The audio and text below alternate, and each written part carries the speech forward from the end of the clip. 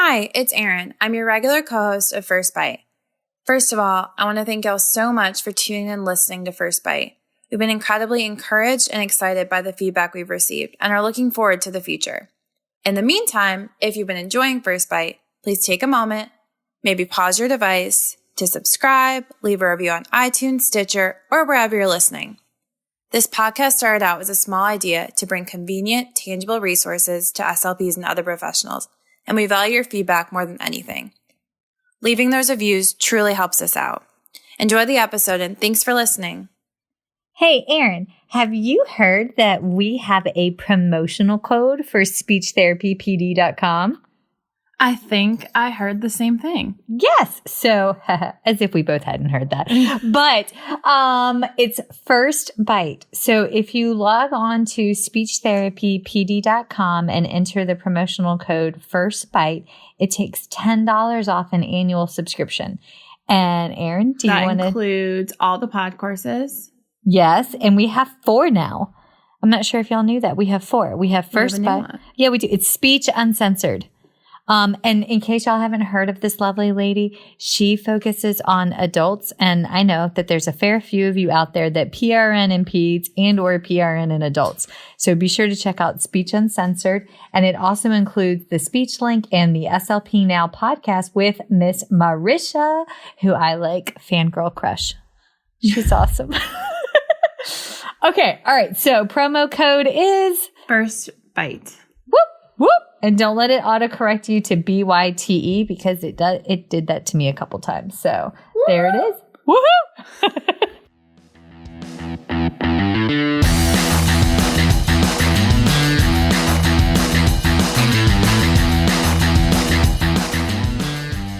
Hi, folks, and welcome to First Bite.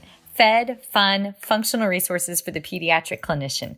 I am your host on this nerd venture, Michelle Dawson, MS CCC-SLP, the All Things Peds SLP. I am a colleague in the trenches of home health early intervention, right there with you. I run my own private practice, Heartwood Speech Therapy, in Coletown, South Carolina, and guest lecture nationwide on best practices for early intervention for the medically fragile child. First Bite's mission is short and sweet, to bring light and hope to the world for the pediatric clinician, parent, or advocate. In this podcast, we cover everything from AAC to breastfeeding, best practice for running a private practice, and all the nitty-gritty details involving feeding and swallowing by interviewing the subject matter experts themselves. We bring the data to you. Every 4th episode, I am joined by the lovely Erin Forward, MSP, CF, SLP, a Yankee transplant who actually inspired this journey and who also walks the wild, woolly, and sometimes sticky walk of early intervention with us. Sit back, relax, and watch out for all the squirrels and enjoy this geeky gig brought to you by SpeechTherapyPD.com.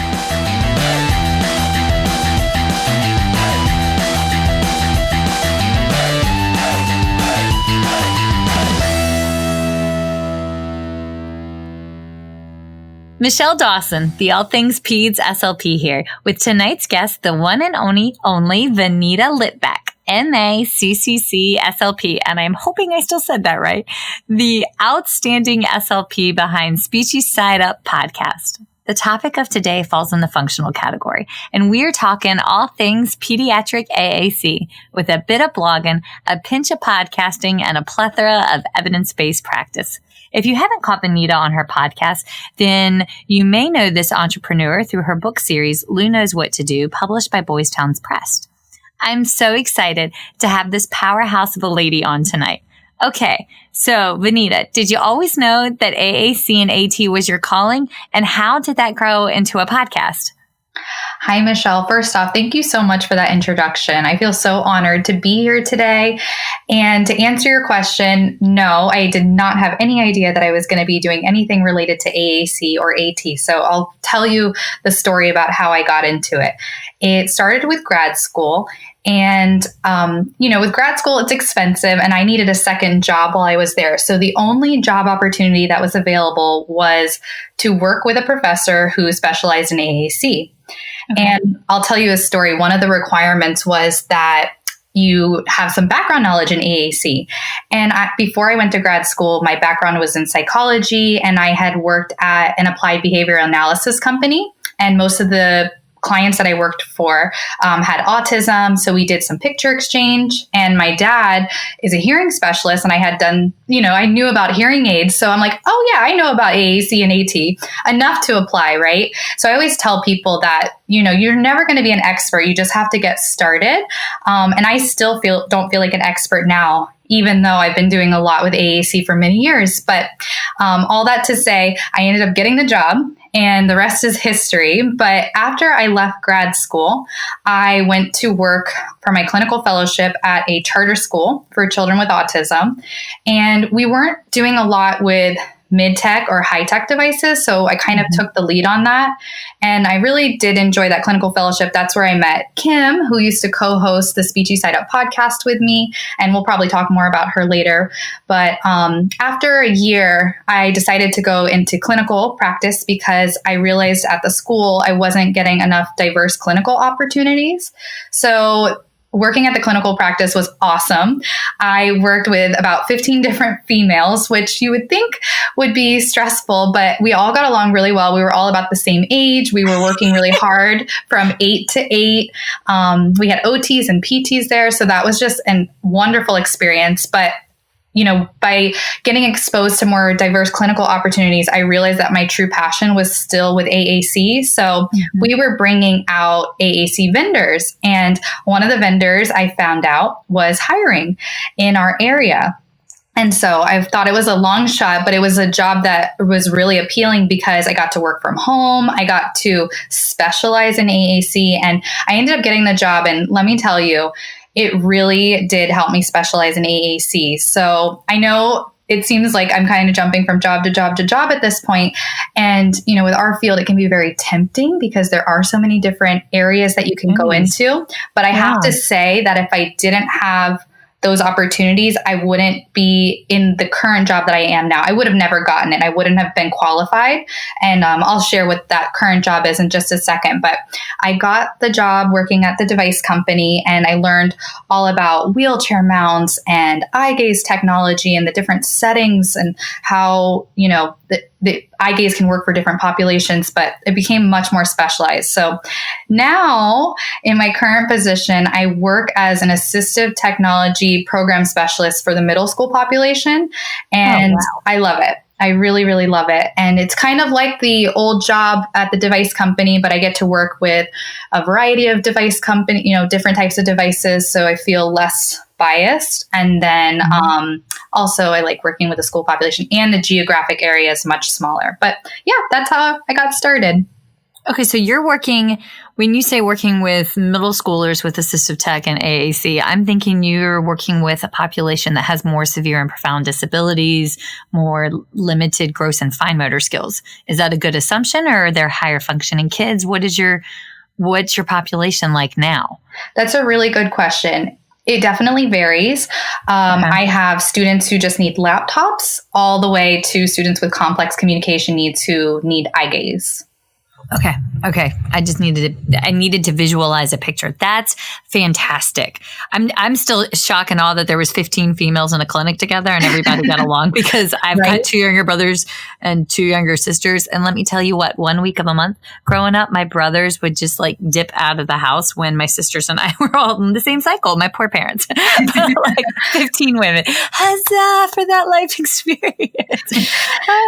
Okay. All right. So you are incredibly qualified, and I am in awe. I have never had the opportunity to work with a person that required a high-functioning eye gaze device, and I'm sure one day it will come up, and I am so excited about learning, but I'm the kind of person that I need to take a class like that hands-on right before I start working with the patient, or as I'm working with the patient, because I feel like if I were to take it in advance, then I would have a hard time having that translate over. But that's just me being a kinesthetic learner, I think. 100%. If you don't use it, you lose it. I'm the same. Yes. But one day it will come up and I will be very excited to learn and help at that moment. And I will call you. I'll be here. All right. Sweet. All right. So question number 1, and this is a big, broad one, but we'll tailor it down and intersperse all the case examples that you want.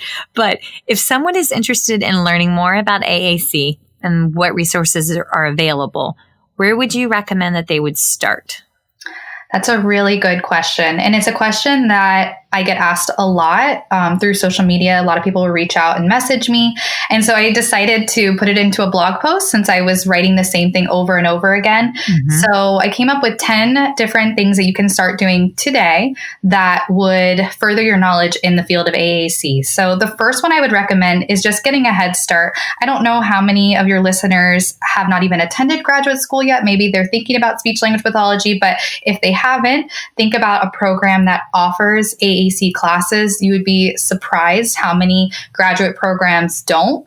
But thankfully, I think they're moving more and more towards having more AAC classes and making it a requirement. But if you are an SLP, there are some great online courses that you can check out. I would say the AAC Academy from Ann Page, and then Speech Therapy PD, where you work, Michelle, or work with. They have some great courses as well.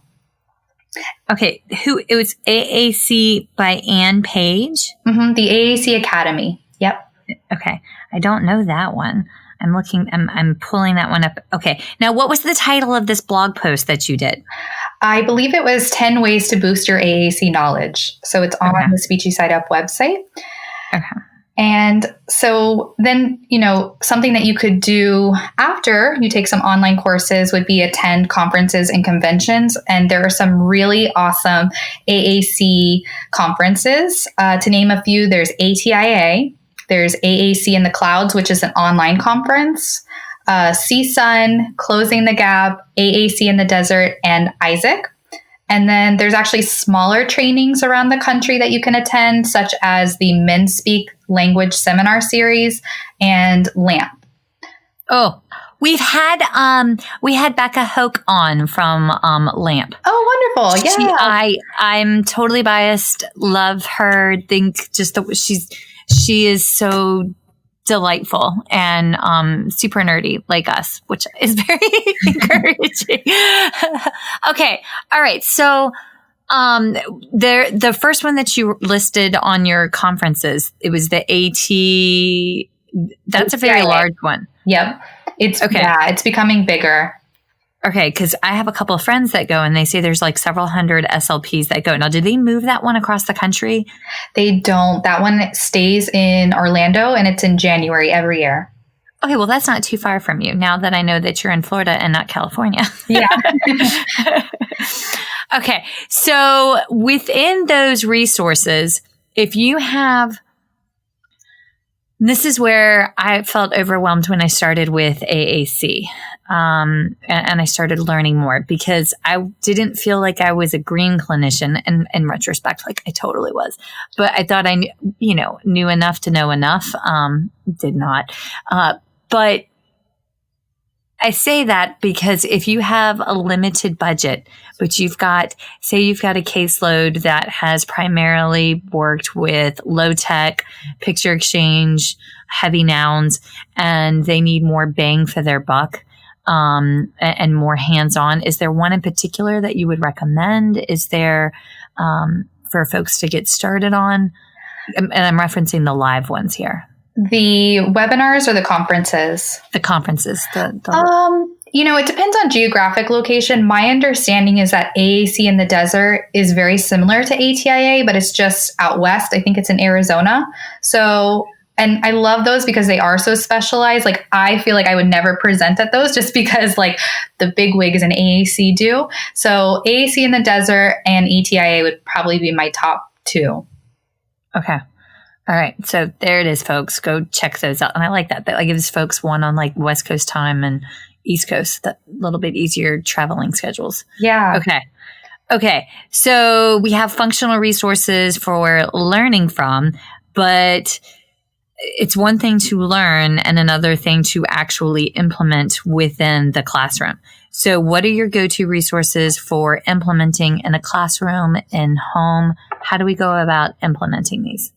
Sure. Yeah. And what I would just recommend is, because I only covered 2 of the topics that I would recommend, or 2 of the activities I would recommend for boosting your AAC knowledge. So if you want to learn more, definitely go check out that blog post. Oh, I didn't mean to jump the gun. I'm so sorry. No, that's okay. There's a lot of them. Do you want me to keep going? Are you sure? Yes. Okay. Yes. I'm so sorry. No, that's okay. I got excited. I was like, I don't know if I've figured people might count. So, okay, I'll keep going then. Yeah, continue. I'm so sorry. I got excited. All right. No, that's okay. I'll count before each one, so that way you know. Yes, that works. Perfect. So my third recommendation would be to visit your local assistive technology center. So if there's no webinars coming up or the conferences are far out, see if you have a local assistive technology center. Where I live in the state of Florida, we have 6 called FAST throughout the state. And you can, they offer device loans. They can talk to you about AAC funding. So they're online. There's the AT Center database. You can just put it in Google and it should come up and it'll show you where your local assistive technology center is. Okay. And then I'm checking that out. While you're doing this is so delightful to me. All right, continue. Sure. Okay. Number 4 would be to get social on social media. Michelle and I have met through social media and podcasting, and it's honestly one of the most helpful resources I have found, especially the AAC for the SLP group on Facebook. So it's nice because you can post a question on there and receive a response almost immediately. One thing to keep in mind, though, Gail Van Tatenhove, we had her, she's like the core vocabulary guru. She came on the podcast and she was saying that it's fantastic that people are using social media, but we just have to be very aware of this AAC assessment through social media. So this is where an AAC device or communication app is recommended on social media without considering the individual's specific needs, because it's easily accessible or it's more familiar to the clinician. So we just want to be sure that we're performing an AAC assessment and a device trial to determine which system works best for the individual. And I like to compare it to this. So if we needed eyeglasses, we wouldn't buy them without getting an eye exam. So because our individuals need AAC, we shouldn't be buying a communication app without doing an AAC exam, so to say. And just food for thought. I have AAC for the SLP Facebook page. They're much kinder, but some of the AAC or some of the SLP forums on Facebook land can go to dark, deep, scary holes very quickly, and people can give inaccurate advice and be mean. So make sure that when you post a question that the answer is given with knowledge and wisdom, and it's always helpful to do so with kindness and grace, because sometimes it's unpleasant. But there it is. Sorry, more we say that. No, I hope the more we say that people actually respond, because I feel so bad for people that are like just trying to get more information and then they get totally shot down on some of these forums. It's so unfair and it's not professional. We'll just say that. But yes. Okay, go ahead. Oh, I was going to say, the SIGs, if somebody is a member of the SIG 12, Special Interest Group 12, they have a Q&A on the ASHA app, and you can post a question on, if you're a member of SIG 12, then you can post a question for free on that forum, and some of the greats in the AAC field actually answer it for free, and it's monitored by ASHA to make sure that professionalism and evidence-based guidance is given. So that's just food for thought if you don't want to get into the dark, scary holes of Facebook sometimes. So, all right. I'll be quiet now. No, that was a great recommendation. I'm glad you mentioned it. And then I would say following AAC related blogs. So if you're not following the Practical AAC blog after this episode, make sure you go and follow it. She shares so many amazing resources, and she was probably one of the first AAC blogger. And then there's the AAC Girls blog and the Dynamic Therapy Associates blog. And then I would say another suggestion would be to take trainings offered by device companies. So I know a lot of people have mixed feelings about taking device-specific trainings, but honestly, how else will you know what to recommend for your clients if you don't know what technology is available? And it may help to know that most of the consultants for these companies are therapists and are ethically bound to adhere to their organization's code of ethics. So I would just recommend taking trainings from different device companies, not just one. They do offer ASHA CEUs usually, but by taking different device company trainings, it'll allow you to make your own decisions and recommendations when it comes to AAC evaluation. And then I have two more. It would be to listen to AAC related podcasts. Podcasting is becoming so popular nowadays, hence our conversation today. Yeah. And the Talking with Tech podcast, the AT Tips podcast, and my own Speechie Side Up. Some specialize in AAC and then some cover different episodes with AAC. And then yours too, Michelle. You have a couple different AAC related ones. Yep. We've had two with Dr. Carol Page, one with Rebecca Hoke, and one with Stephen Neese, and then this one. So we've had a couple different episodes, but and that's the catch. AAC is so broad. There's so many different subcategories within that it makes sense that there's that many different lecture options available.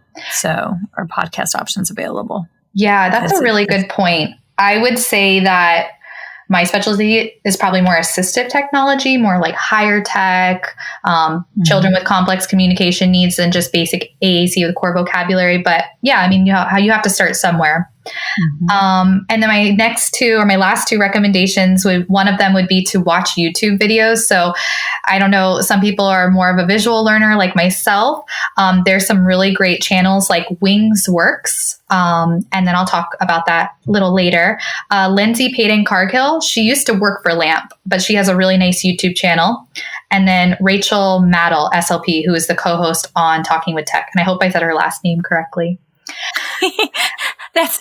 I love how we're all speech pathologists, so we're like so attuned to the fact that we butcher other people's names. We need the phonetic spelling. That's so funny. Oh my goodness. Yes.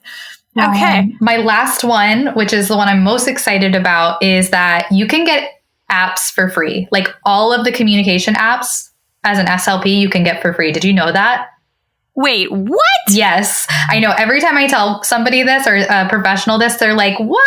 Like I bought it, during they have 50% off sales 2 times the first 3 days. Yeah. I got LAMP for 50% off, but you're telling me I can get that for free. Continue talking because I have a patient. So they all have like requirements, whether it's to take like one or two of their trainings or just go on a wait list. But there's a blog post by Amazing Kids and they talk all about the different requirements for each communication app and how to get the app for free. So it's on my blog post, the link, but I think if you just go to Amazing Kids apps for free for SLPs, you should be able to find that post. Okay. It's called Amazing Kids. Yep. OMAZING. Okay. Spelling counts because what popped up was not what I was looking for. Amazing Kids. All right. I will have to check this out. All right. Well, my stars, because I've got one kiddo right now that they don't have an AAC device. And actually the one that we were chit-chatting about before we get started, and he has Rubenstein-Taby. And I really think he would benefit from something, but our fine motor skills and my schedule with the OT hasn't worked out as of yet, but he's starting to get frustrated from a functional language, but sign language is inhibited because of his fine motor. And so I'm trying to find something. And okay. Now that I have this wonderful bit of news, I will have fun when we get off the phone today to set that up. Great. Okay. All right. So that's a plethora right out the gate. Well, then, thank you. That's a good way to get started. But what about implementing? Because that's the part that I always feel like now you know why I jumped the gun, because that's the part that I feel like I have significant room for improvement. It's the implementing of the AAC. What resources do you recommend for that? Yeah, I agree. Implementing it, learning about it and then putting it into practice are two completely different things. Mm-hmm. So research to practice, there's always a rub in every professional setting there, but yeah. Yeah. And it's like, watching a video and then going and trying it and you're like, wait, this doesn't work the same. But I will share some of my favorite resources for implementing AAC. The first, I mentioned it earlier, is the Practical AAC blog. So I usually use that blog for specific articles to support a strategy I'm recommending for the team, or for research-based evidence. I mean, you can also go to ASHA, but she does usually include like citations or references in her articles. And it's practical. That's why it's Practical AAC. But I love that one. And then Wings Works, I did mention that earlier too. The reason I like that YouTube channel is because they provide a video for every core word. So these core words like that and get and can be so abstract. And it's like, how do I teach that in context? So they give you like 10 different ways to teach those words and model them throughout the day, which is really great. Oh, that's so wonderful. Yeah, and it's free. It's so great. Okay. Wings Works. Yeah, Wings Works. WINGSWORKS.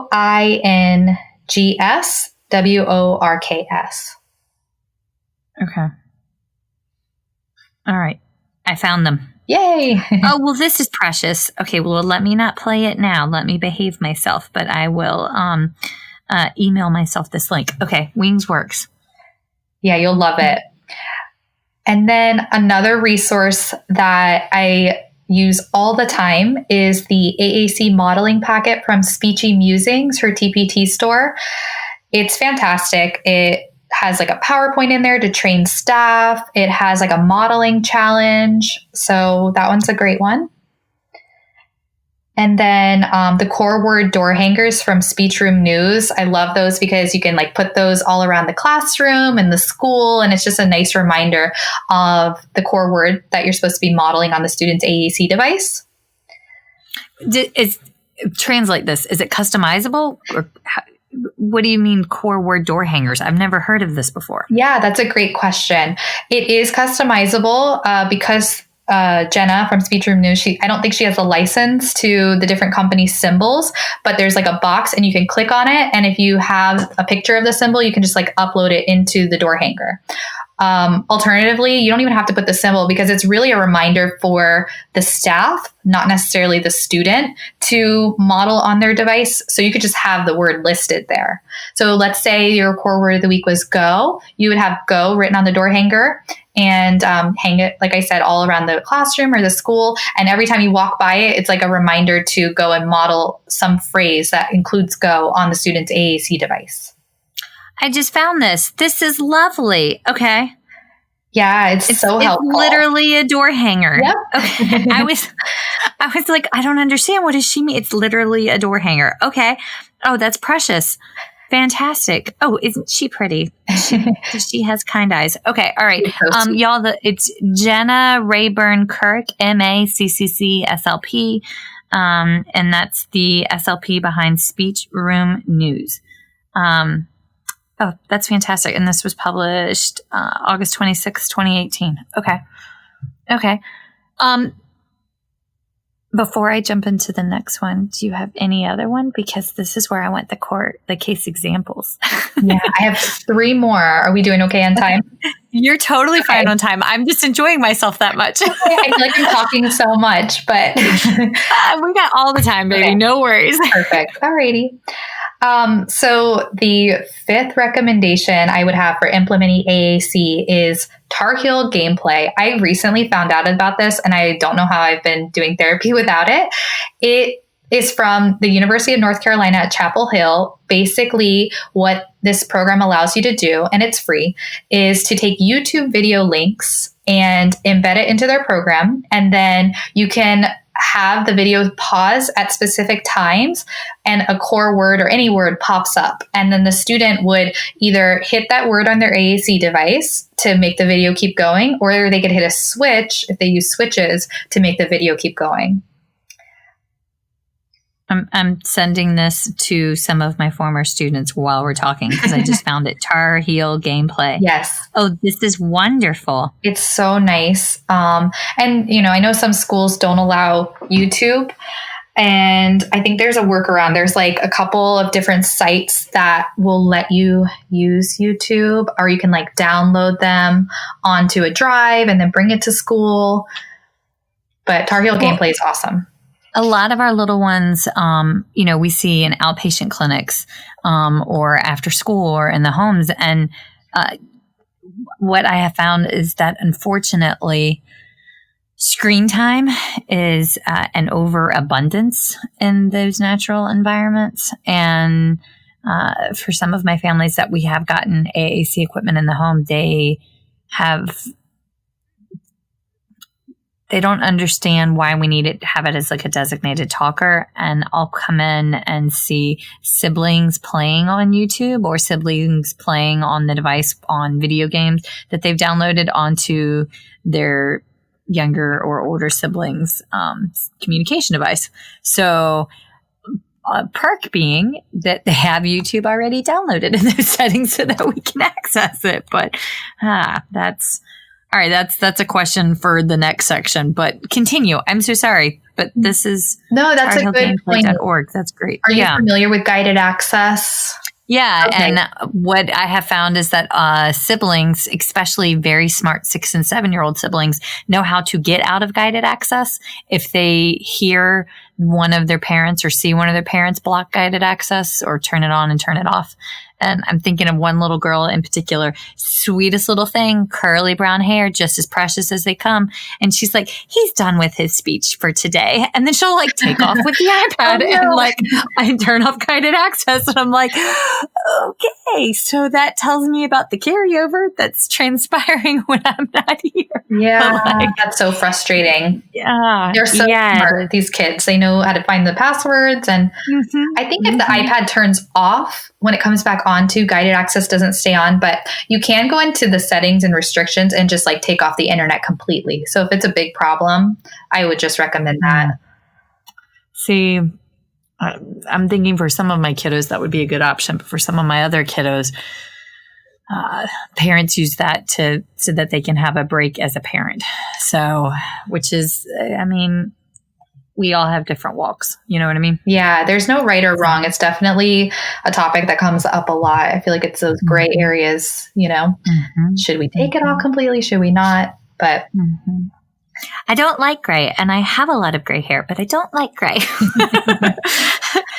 All right. So lay it on me. What's your next resource? My next one would be the Core Word Classroom from Assistiveware.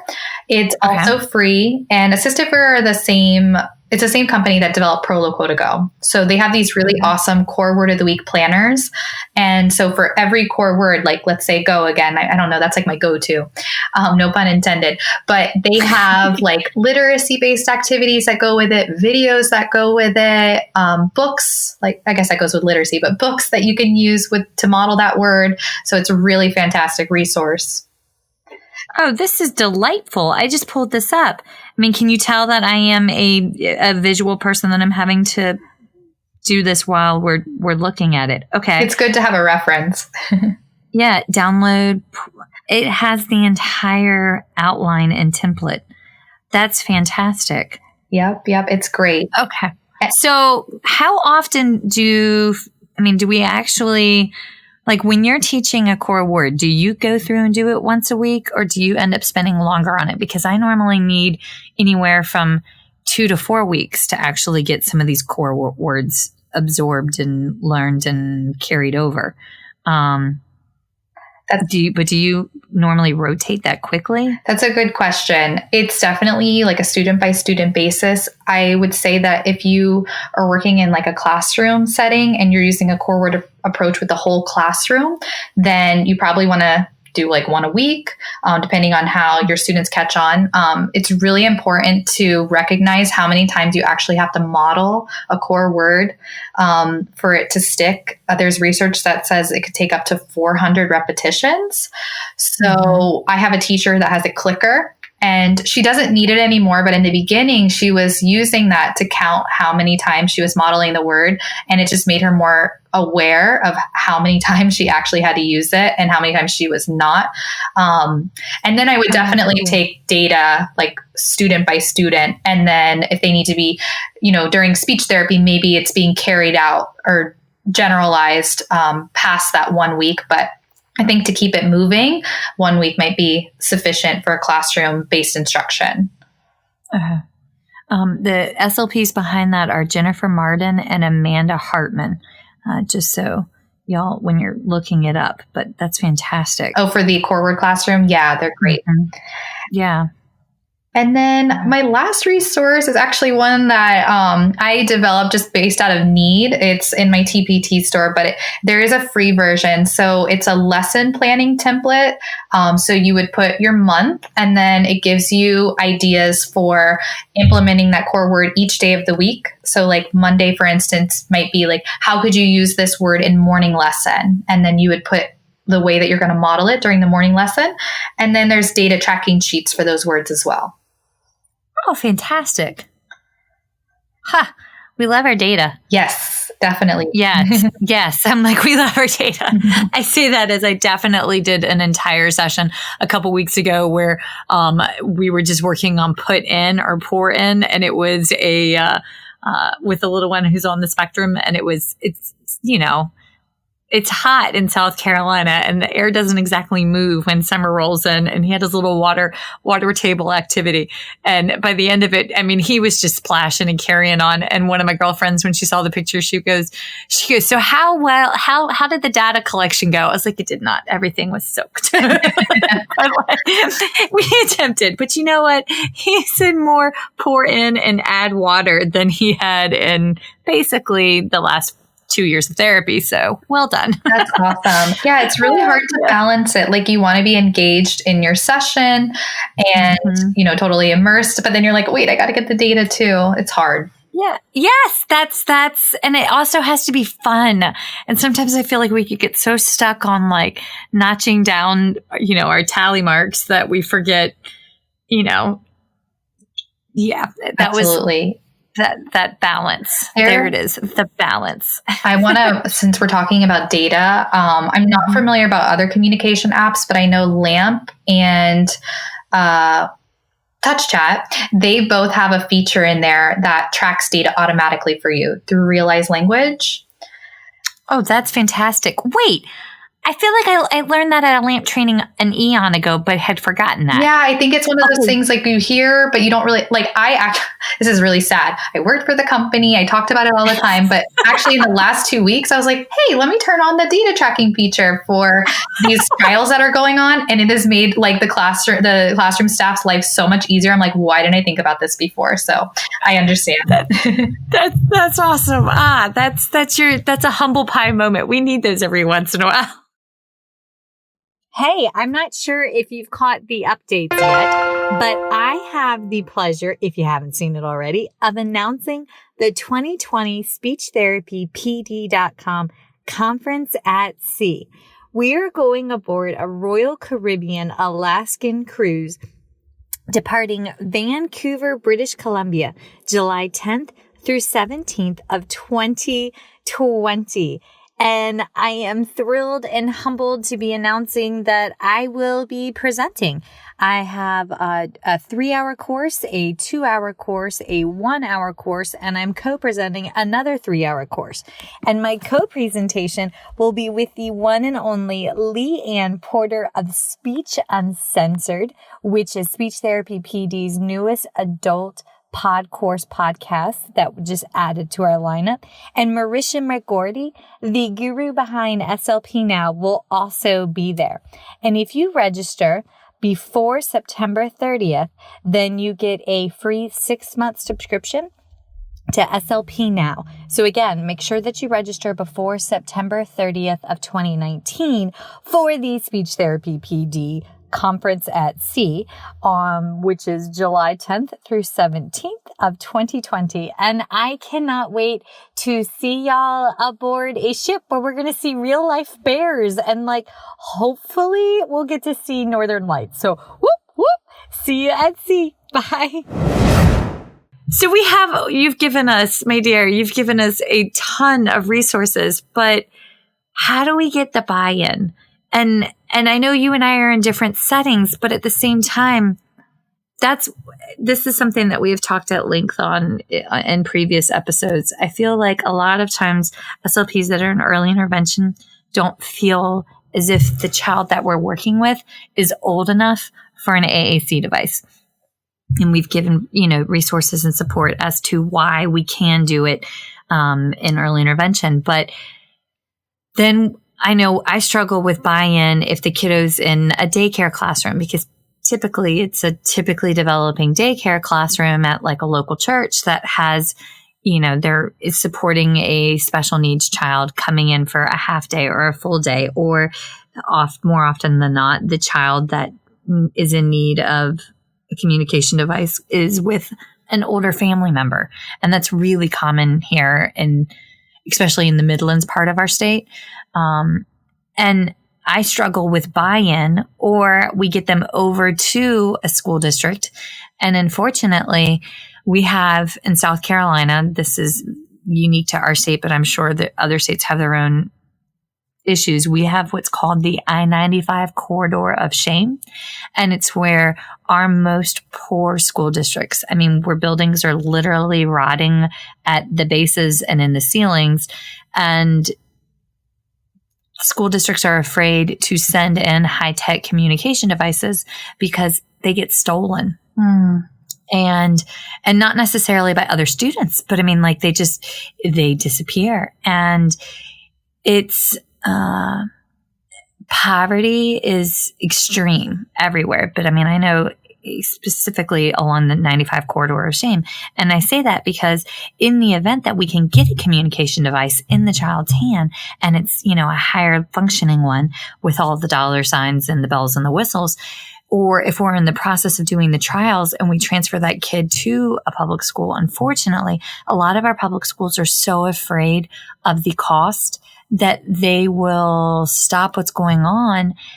And I've talked to the SLPs, they really feel like their hands are tied, and they'll go back and encourage the SLPs to use a low-tech option, even if we're having communication breakthroughs and all these exciting things happening. And that doesn't happen everywhere in our state, but there's definitely poor pockets where it's a legitimate concern.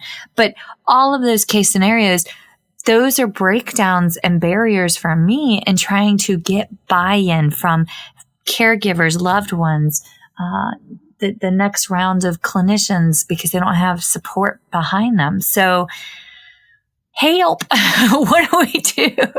And you did just tell me about that amazing free one, but how do you get buy-in in situations? Well, thank you for sharing that. And I think that is a significant barrier. It's definitely something that comes up where I live as well. I live in the 6th largest school district in the country. And so with that, holy cats, you're going to have a range of socioeconomic status. I don't know if there's an answer to that, so to say. I think it's probably a case-by-case basis. I do like the fact that they are using low tech. That's a good start. I also think that they have to see it to believe it. So, demonstrating that it's working, the high-tech device, and how much more effective it is than the low-tech, that could be beneficial. So that kind of goes along with one of my suggestions, which was providing training. However, from being a consultant and now into my current position as a program specialist, what I've found is that, and probably even being a supervisor, if you're supervising somebody, that some individuals get it after the first explanation, and some take up to 10 explanations or 10 sessions before it's ingrained. But what I will say is that those tend to be the best investment of your time, because they usually are the ones that are so excited after they finally get it and they're totally on board. So what I would say is identify who's going to be your AAC team leader, preferably in the classroom, because that's the person that, if they don't want to do it, we cannot change another person's behavior. They have to want to be involved. So just saying in the classroom, who, or identifying who would be willing to use the AAC system. and setting up a modeling strategy once you've identified who that AAC team leader is, and then, getting the other staff members as well to do a modeling self-assessment.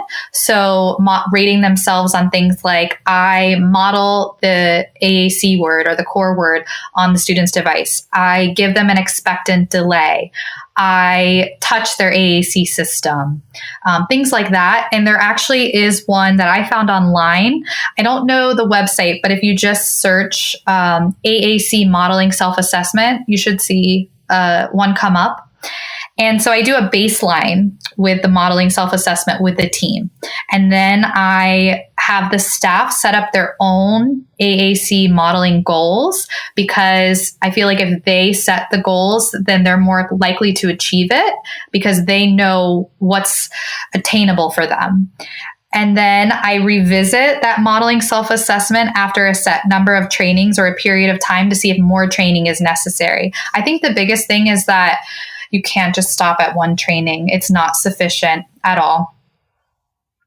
Okay. So my first question is, how, when you're doing these trainings, is it before school, after school, during lesson planning period? When does that training happen? Does it happen during the kids' speech therapy session? It's a great question. It's a case-by-case basis. I usually just ask the team when I can get them all together. One of my teams, it's at like 8:30 in the morning before the students come. And that's really great because I'm able to get everybody. Sometimes it's during lesson planning time with just the teacher and maybe the SLP. I've also done trainings through Zoom or Skype when everybody is able to get together. But usually I find that, at least in my district, that the time that I can get everybody together is early morning, like early. I've done 7:30 before I even go into work, but that was because I could get everybody together at that time. Because I know I'm thinking down in the world of EI, sometimes we'll have a change review meeting, like if we're updating the IFSP. And during that time, that's my opportunity to have the OT there, and we can actually troubleshoot what's going on with like the fine motor access. Or, it's been a minute, but I have done one with a PT where we were trying to figure out how to get the device to mount safely to the wheelchair. And the kid was a sensory seeker and only wanted to go 110 miles an hour in his electric wheelchair. So there was that. But definitely thought I lost a toe once or twice. Oh my gosh, that's funny. But I mean, he knew what he liked. Yeah, that's good. He knew what he was motivated by. Yeah. But that, folks out there that are listening, your IFSP team meetings now in different parts of the nation, the SLP may actually be the service coordinator and or the early interventionist or the case manager. In other parts of the nation, like in our state, we actually have an early interventionist, which is, they kind of act like the glue that holds the team together. They're supposed to be in charge of making referrals to OT, PT, or speech, and setting up like community supports like Medicaid waivers and those variables. And I have found some amazing early interventionists that we can work collaboratively with and get them, they come to our sessions, we do a co-treatment, and then they run with whatever core word that we're working on. And then and this is always touchy to go about. And you, having worked in the ABA world, you understand the touchiness of the subject matter. But I have had some amazing experiences with some ABA companies that are like, okay, you tell us what device, we will get the entire team here, the BCBA, the lead, all the lines, and we are going to get trained on the device and how you want us to implement it. And those kids make the most amount of progress. And then on the flip side, I have also had where they want to use the ABA run the sessions and make decisions about the iPad to talk with, which is not their scope of practice. So that has been a unique variable, trying to get buy-in. Have you also seen that? Do you have that scope of practice encroachment down in Florida, or is that more clearly delineated in your state? It's not. That is a big challenge that, we encounter as well. And I like that you said that it's not their scope of practice. I try to bring that up to parents, but sometimes the parents gravitate towards who spends the most time with their child. And, oftentimes the ABA therapist is in the home. And so, like I said, you see it, you believe it, and the parents are seeing what's happening. They're not seeing what's happening necessarily in the school or maybe in like a private practice session unless they're attending it. So it is really hard to flip the switch. I don't know a clear answer to that. That's definitely something that I struggle with as well. I actually had an ABA therapist recently tell me not to work, or they asked me to present and they told me not to talk about core vocabulary. And I was like, well, I'm sorry. Like that's what's evidence-based. Wait, what? Yeah. Are you freaking kidding me? Because science and evidence is a thing. Right. What do they want you to talk about? Fringe and focus on nouns? I swear, if you tell me a goldfish, I might cry. Yeah. I was like, well, it's what's evidence-based. ASHA stands behind it. And of course, I always recommend, some French, 20% French, 80% core vocabulary. But yeah, I mean, the reason we talk a lot about core vocabulary is because it is a shift we're trying to make, because most people do focus on French, and French has power for getting kids motivated, but you can use core vocabulary simultaneously. Yeah, because that's what we talk right. Oh, I know. I think one of my favorite trainings I went to, and I went pregnant, which was hysterical because I was like 8 weeks before my due date with my firstborn, and I was having contractions and didn't know it because fun pregnancies. And they gave us a list of core vocab, and they were like, please build a sentence, and like the longest sentence you can. And then they gave us one fringe word, and it was P. My fringe word was P because at like 8 weeks before a due date, that's all you can think about is how much you have to be. But like, I was impressed at how much core vocab I could get to stress the fact that I had to tinkle. So like, sorry, that's, overshare. There we go. I love it. No, and it's funny because like, for whatever reason, people that are on like the fringe camp or core camp, it's like this pendulum, it seems to be, but they are all about like with AAC, it only being French, but then yet they'll teach modified sign, which tends to be core vocabulary, your more, your help. Yes. And it's like, that's because those give you the most bang for your buck. So why aren't we doing that with AAC too? Doesn't make any sense. Because we have more work to do. It's like a grassroots effort. That's okay. That's why we do these things, like record ourselves being nerdy to share information on amazing, phenomenal blog spots and resources, because we're trying to widen the evidence-based practice village. And people out there are like, yes, girl power. I mean, I know that there's guy power too, but girly guy power. Yep. I love that. Okay. All right. So give me, we have roughly 7 minutes. So give me a couple more. How do you work on establishing buy-in? Well, that was the base of my establishing buy-in. Like I said, it's something that I'm still trying to work on. So once I've got it down, I'll let you know. But I would say that like in terms of classroom, you definitely need to set up the classroom for AAC success as well. What does that look like? That looks like having a large core board so that everybody, especially the teacher, can model on the core board and the classroom can see it. And then recently at ATIA, Chris Bouguet, who is one of the co-hosts of Talking with Tech, he presented something, I think it's a newer concept that I thought was really interesting. And he talked about thinking of AAC implementation in like the same sense as RTI. So at tier 1, you would have a low tech board for every student in the classroom, regardless if they were verbal or not verbal, because what works for when we're making accommodations for one person, it usually helps everybody. A lot of those core words are sight words. So by having a low tech board for students to reference, they are benefiting. So, but then they're your adult primary reader words. Yep, exactly. Yeah. And then at tier 2, if you have an individual who's been responding well to the low tech board, but yet they are still having trouble speaking naturally, then you might do an AAC assessment. So having low tech boards for everybody, kind of thinking in like a universal design for learning or tier 1, and then a charging station. That would be like my number one recommendation, because you probably know the number one excuse for not using an AAC device is, oh, it's not charged. Oh, that's brilliant. It's so simple too. Get have a charging designated station, have your, what is it called? Like your power cord. And that way you never have an excuse. It's always charging.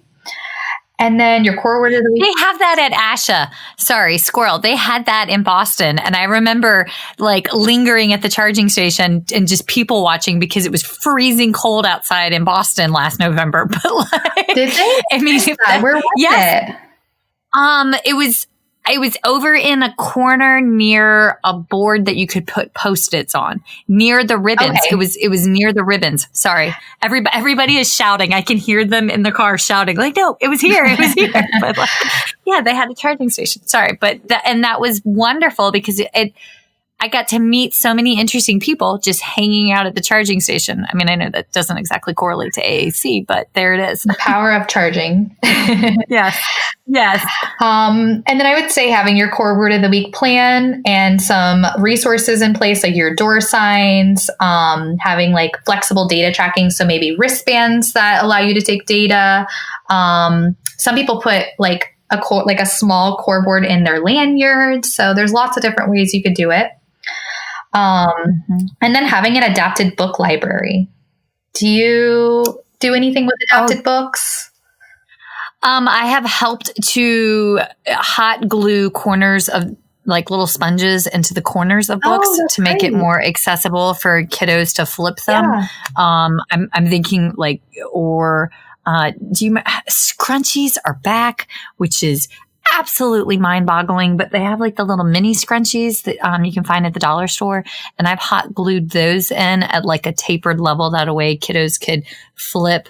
I've had, I'm sure everybody out there's done the brown bear and matched those kind of things, but I did that, but was working on like, okay, let's put it on, let's take it off. I'm signing that while we're talking, just so if you hear like hand gestures in the background.